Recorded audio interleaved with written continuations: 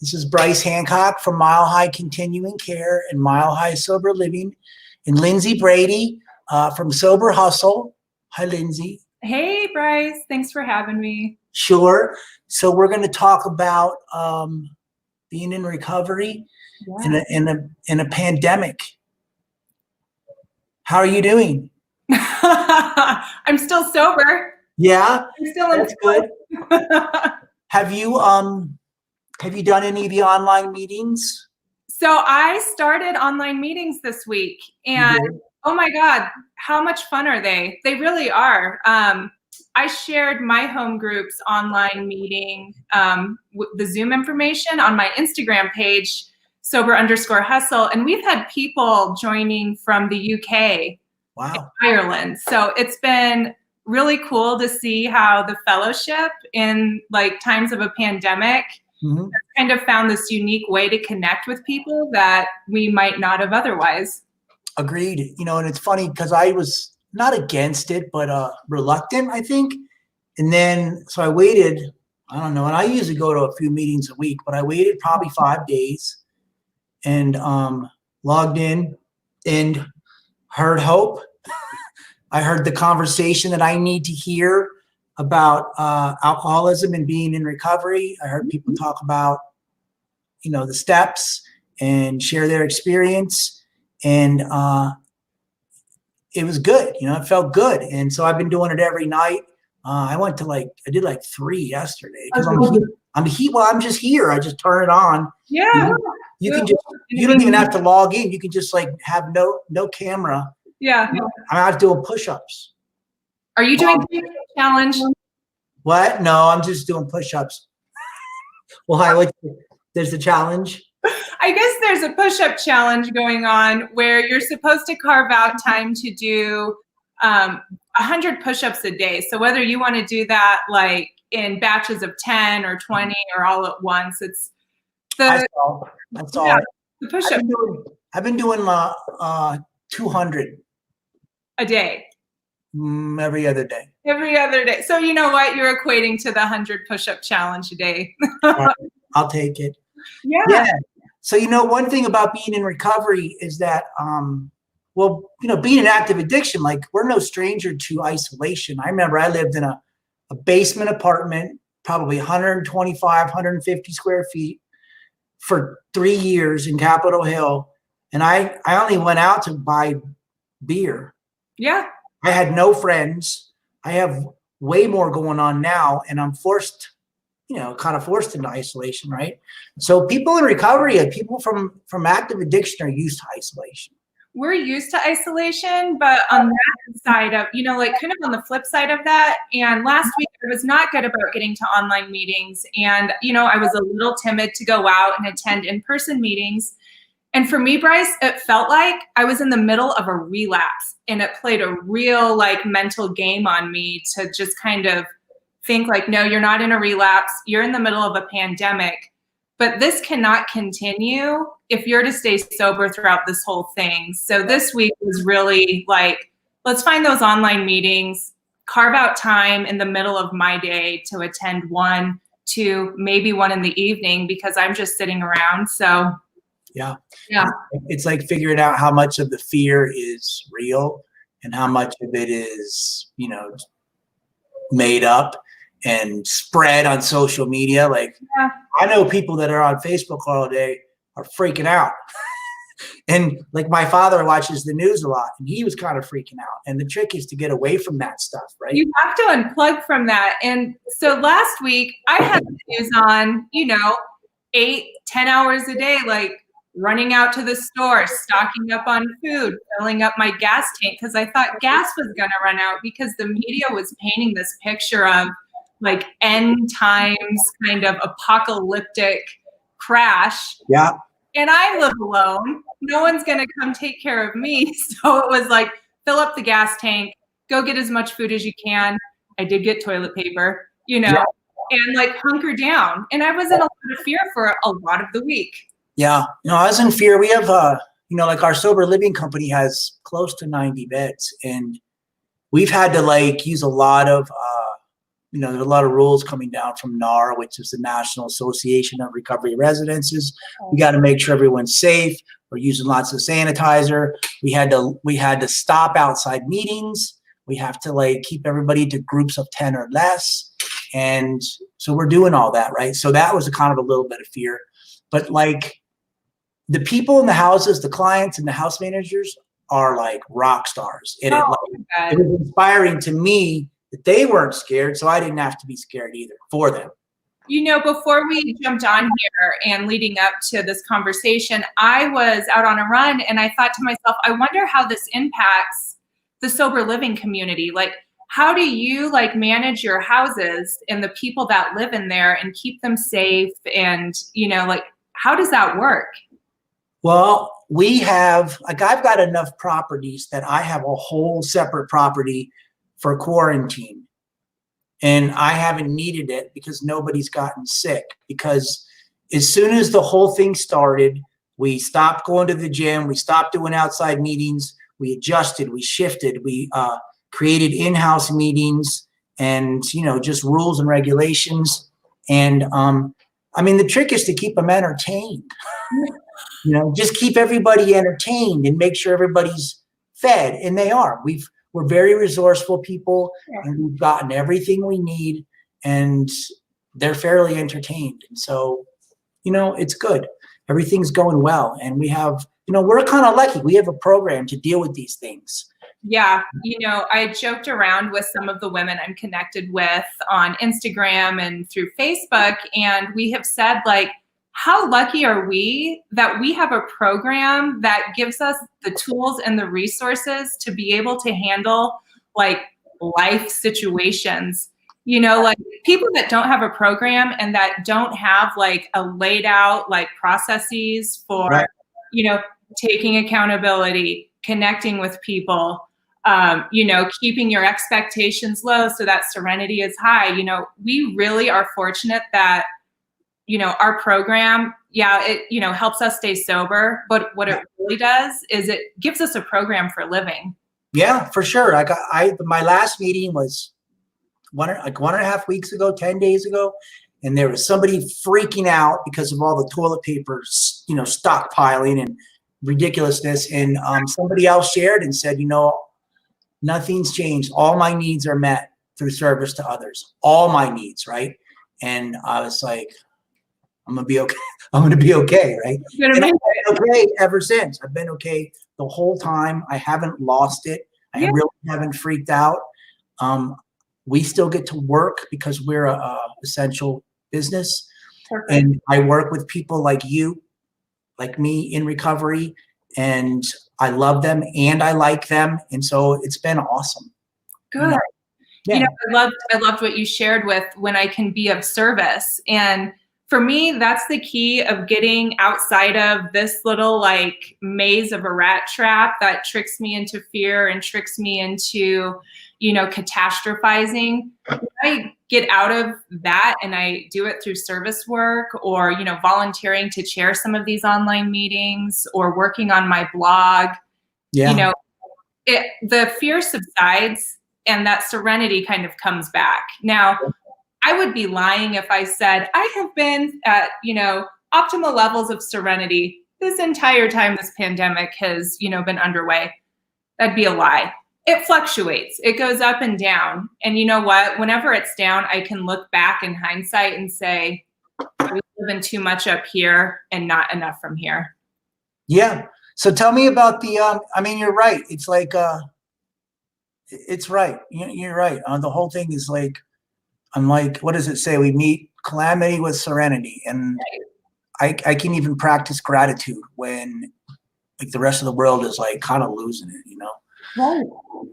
And so tell me about the blog. Tell me about Sober Hustle. So soberhustle.com really started just at the first of the month. And it has been this amazing opportunity to start writing about my own experience, strength, and hope as a woman that's sober, as a woman that's living in recovery. I actually gave my first story as the speaker at an AA meeting here in Longmont for the first time on my belly button birthday.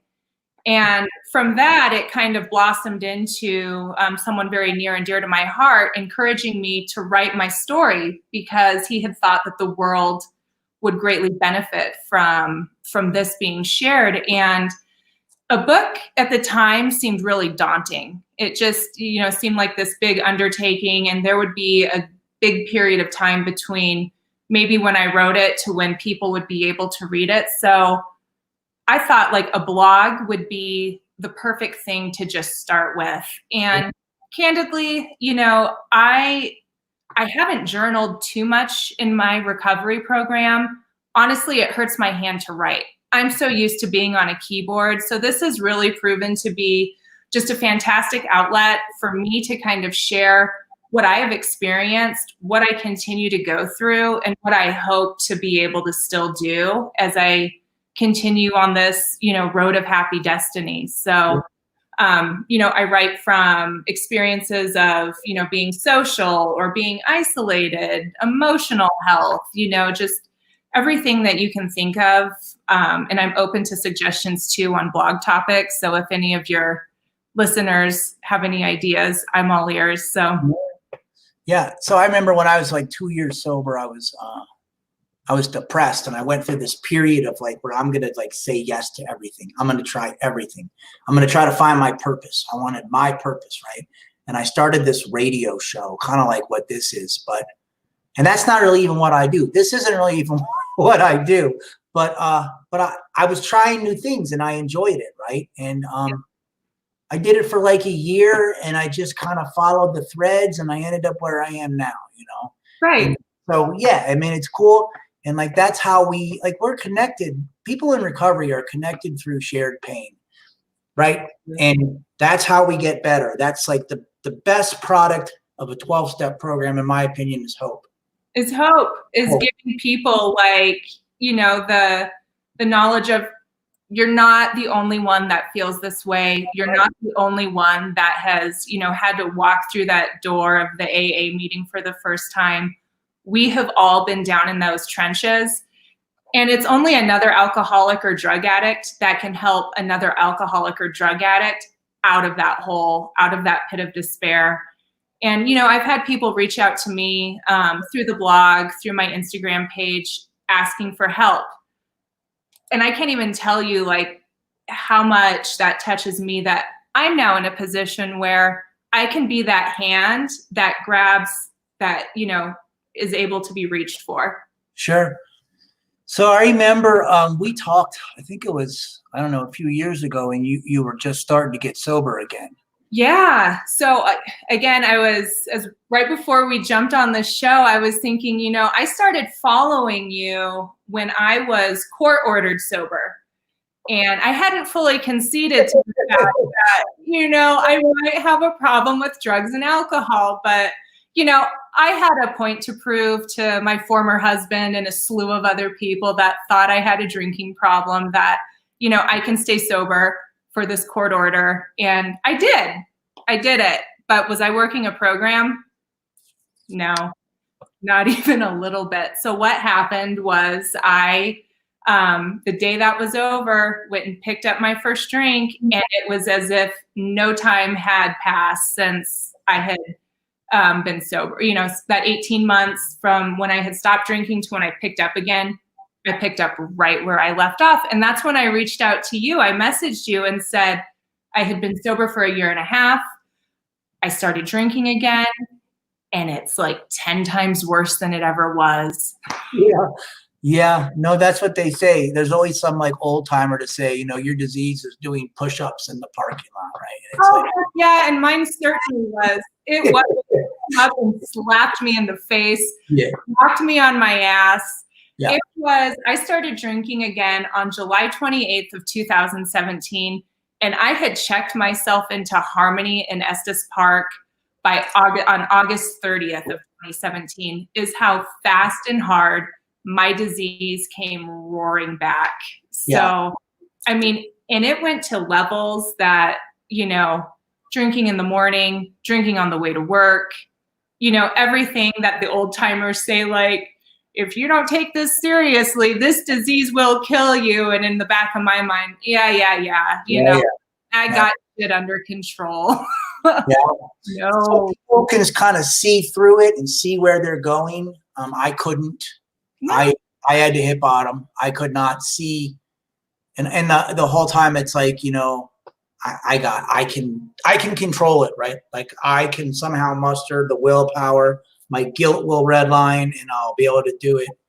And that was not my experience. My experience was similar to yours, where I had to get help, professional help, and then a 12-step program. You said it. Like for the longest time, I thought like, how weak am I that I don't even have the willpower to control this? And I really beat myself up because I thought I should be able to be a normal drinker.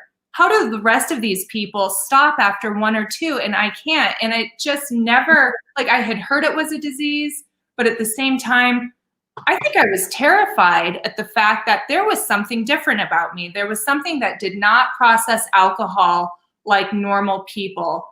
And I certainly, being a good alcoholic, didn't want to put down my drink, but the thought of drinking more terrified me. So it was, this constant state of, this tug of war with myself. And it took that bottom to like smack my head clear and to say like, this is not a joke. This is not like, I know. To laugh, but it's funny, it's because I did the same thing. It's like I knew I was dying, but every day it was like, well, I'm not going to die today. I'm just gonna get drunk today, and then you're a little drunk. That's all I want to do. I'm gonna do like suicide on an installment plan. Right, it's like, it's a fatal disease. It's a fatal progressive. It's chronic. It doesn't ever get better. Ever. And eventually it will kill you. The disease wants us dead. It will kill you. It will be one of the three things that the old timers always said to me was, you're going to wind up incarcerated, institutionalized, or 6 feet under the dirt, Lindsay. And I didn't believe them. And, lucky for me, my bottom did not include jail time. It didn't include being institutionalized. But I was batshit crazy by the end of it because you're drinking 24/7 for like weeks on end. Yeah. My brain chemistry, my entire just physical being was beat down, worn out, spiritually bankrupt, you name it. And, I think for me, the turning point was when I woke up in the fetal position on my bedroom floor with a bottle of vodka, like clinging to it. And I thought, this is how you're going to die. Someone's going to come over. It's going to be your kids, and they're going to find you dead on the ground. And that for me wasn't just terror. The thought of them finding me is finally what made me reach out to a former sorority sister of mine from college who I knew was sober. And she came up, helped, get me detoxed until I could get into Harmony the next day. So, well, congratulations. I'm glad you're sober. Me too. How much did stigma play into you, like not asking for help, because there's a stigma it's associated with this disease. Like you don't want people to know, you want to hide it. That was, I think, like probably the biggest piece of the puzzle was I didn't want that title of alcoholic. I did not want to be known as someone that what I thought of as being, having no willpower. I didn't want to be that person. And I didn't want to be treated differently. I didn't want to have to go sit in the rooms, with shitty coffee. And, I didn't want any part of that. Yeah. And it was all ego. It was all ego. And it took a complete annihilation of my ego for me to look at this disease as the biggest blessing of my life. I love the fact that God made me an alcoholic. Yeah. I do, and if I can help one person see the beauty in their disease, all of this was worth it, Yeah. So, a part of Sober Hustle is breaking the stigma of addiction. There is a stigma. It's still misunderstood. I think I want people to see that we're normal, happy, functioning people, but we have this really awesome program and fellowship that we get to be a part of, not just to stop drinking, but to be amazing people in our society and in our world. Yeah. My sponsor says that we alcoholics have a spiritual hunger. We didn't know we had a spiritual hunger until we got sober. And I remember feeling the same way. I don't want to be like those people. I'm not one of those people. Yeah. And the truth is, I've been to very few meetings in church basements. Most of the meetings I go, they're not in church basements. It's like a negative stereotype, right? I know. And at one point, I think I remember the meeting, I was like, holy shit, I love AA. Like, I'm having a good time, and like my whole perspective shifted, right? Like, I would judge people like, there's a boring housewife and that guy didn't even graduate from high school, right? And it's like, then I started to listen, and it's like that boring housewife is a 2-time felon with a crazy story, and she's a badass. And that guy that didn't graduate high school talks like a motivational speaker, right? Yeah. And all of a sudden, it's like, these are my people. Like, yeah, these are my people, and this is awesome. And I feel that way. I love AA, and I love going and connecting with other alcoholics, and like I'm obsessed with spirituality and self-improvement and all that stuff, I know, like you said, I have a spiritual thirst that like I never knew I had before. In fact, I mean, you could say an act of alcoholism, you don't even realize you have a spirit. So, once you find it and once you get in touch with that side of yourself, it is an unquenchable thirst. I constantly want to grow in my spirituality and, with the connection of my higher power. But yeah, the people of the rooms, like, I think it is just amazing that we get to go and come together. And these are not people that we would normally, like mix with out in society. And we all get to come together for a common purpose. 1, to stay sober, but 2, to be there for the next person that needs our help, So like, and hilarious. I mean, hilarious stories. You know what I mean? Like, you're just not going to hear these kinds of crazy stories anywhere else. Look this shit up, And it's only in a room of AA where we would laugh about someone getting, being in prison or, the horrific bottoms that we've all experienced, we're chuckling about and kind of, we are sick. Yeah. It's amazing, right? Like, I love being sober. I would not change it for anything. No, not even. Right. So it was good to talk to you. I don't really have any agenda. I just thought it'd be cool to help you promote your site. I love it. Thank you so much. Yeah, soberhustle.com, and then on Instagram at @sober_hustle. I've been doing daily readings that I record and post as videos on Instagram TV. I do the daily reflections and then do a little share about them afterwards on how kind of they sit with me. So that's kind of been like my own little meeting in the morning, and I love putting it out there. So yeah, I really appreciate you having me on. Yeah, this is your 12th step, right? Carrying the message. That's the 12th step. Carry the message. How you're doing it. I was thinking of that last night. I thought, every day you're in step 12 and your sponsor told you this day would come, and gosh darn it if it hasn't come, like, here we are. So well, keep doing what you're doing. It's awesome. I appreciate people like you putting the light out there and, taking that message from me 3 years ago when I had bottomed out. I had no idea. And that's like, I'm really happy for you and for your kids and everything. Oh, thanks so much, Brice. Okay. I'll talk to you later. Sounds good. Have a great night. Goodbye. Bye.